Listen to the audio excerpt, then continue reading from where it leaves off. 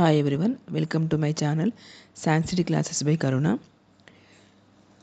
Degree 3rd year 6th sem మన question పేపర్లో part ఏలో క్వశ్చన్ నెంబర్ 4 అండ్ పార్ట్ బిలో క్వశ్చన్ నెంబర్ 8లో అలంకార విభాగాన్ని క్వశ్చన్స్ ఇస్తారు.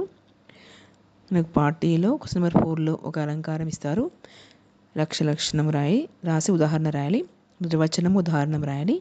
పార్ట్ బిలో 4 అలంకారాలు ఇస్తారు. 2 అలంకారాలు రాయాలి. లక్షణ సమన్వయం రాయాలి. అంటే శ్లోక నిర్వచనం ఉదాహరణం సమన్వయం రాయాలి. Each one 7.5 marks. 2 రాస్తే 15 మార్క్స్.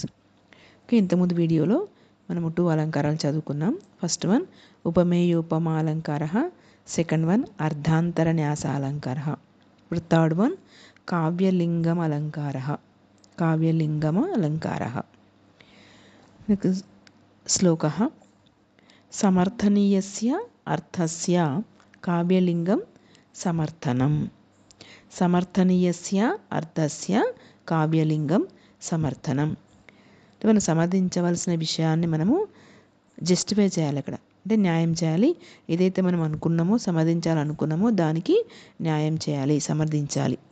దాన్నే కావ్యలింగం అలంకారం అంటారు. కానీ ఈ విధంగా జరిగింది అంటే దానికి మనము ఏ విధంగా జరిగింది అని దాన్ని సమర్థించాలి. దానికి ఆ జరిగిన విషయానికి న్యాయం చేయాలి. దీన్నే కావ్యలింగ అలంకారం అంటారు. శ్లోక మరొకసారి సమర్థనీయస్య అర్థస్య కావ్యలింగం సమర్థనం. నిర్వచనం సమర్థించవలసిన అర్థం యొక్క విశేషమును సమర్థించినట్లయితే దాన్ని కావ్యలింగాలంకార అంటారు. కావ్యలింగం అలంకార అని అందరూ.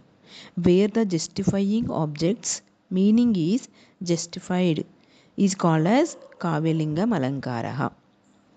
జస్టిఫై చేయాలి దాన్ని. ఉదాహరణం మందకందర్ప త్వం జితోసి మచ్చిత్తే త్రిలోచన అస్తి. మందకందర్ప త్వం జితోసి అంటే మందబుద్ధి గల మన్మధుడు గెలిచాడు. ఎందుకు గెలిచాడు? దాన్ని సమర్థించాలి మనం. మత్ చిత్తే త్రిలోచన అస్తి అంటే ఆయన నా మనసులో త్రిలోచనుడు ఉన్నాడు, శివుడు ఉన్నాడు, 3 కన్నులు కల త్రిలోచనుడు ఉన్నాడు కాబట్టి నేను గెలిచాను అని సమర్థించాలి. మందకందర్ప త్వం జితోసి మత్ చిత్తే త్రిలోచన అస్తి. ఓ మందబుద్ధి గల మన్మద, నీవు నాచే జయింపబడితివి.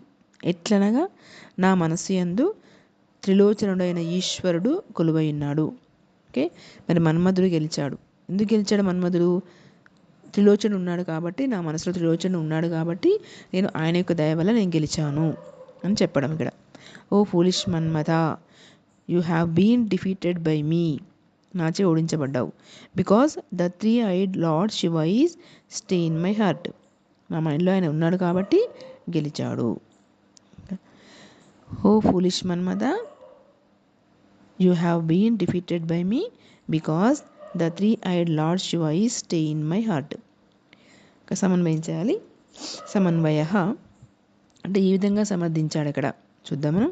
In the above sentence it is said that Manmatha is god of lust was conquered. మన్మధుడు భగవంతుడైన. ఓకే, యాక్చువల్లీ ఇట్స్ ఇంపాసిబుల్, అతను గెలవడం అనేది impossible to defeat Manmatha. Here it is substantiated that to defeat Manmatha, saying the 3-eyed Lord Shiva is stay in the heart, who burnt Manmada into ashes. Hence this is known as కావ్యలింగం అలంకార. అతను గెలవడం చాలా కష్టం, ఎందుకనగా అతను భగవంతునితో సమానం. కానీ మన్మధుని గెలిచాడు. ఎందుకు గెలిచాడు? నాకు శివుడు నా మనసులో ఉన్నాడు కాబట్టి నేను మన్మధుని గెలవగలిగాను అని చెప్పడం.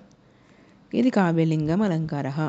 మనం గెలిచిన దానికి, మనం చేసిన పనికి మనము సమర్థించి చెప్పాలి. ఇది కావ్యలింగం అలంకార. ఈ విధంగా మనం పార్ట్ ఏలో నిర్వచనం రాయాలి, ఉదాహరణ రాయాలి. అండ్ పార్ట్ బిలో శ్లోక నిర్వచనం ఉదాహరణ సమన్వయం. తెలుగు రాయొచ్చు, ఇంగ్లీష్ రాయొచ్చు. శ్లోకం మాత్రం కంపల్సరీ సాంస్క్రిట్లో రాయాలి, ఉదాహరణ సాంస్క్రిట్లో రాయాలి. ఓకే, ఇది మీకు కావ్యలింగం అలంకార. ఈ వీడియో మీకు నచ్చినట్లయితే లైక్ చేయండి, షేర్ చేయండి, సబ్స్క్రైబ్ చేయండి.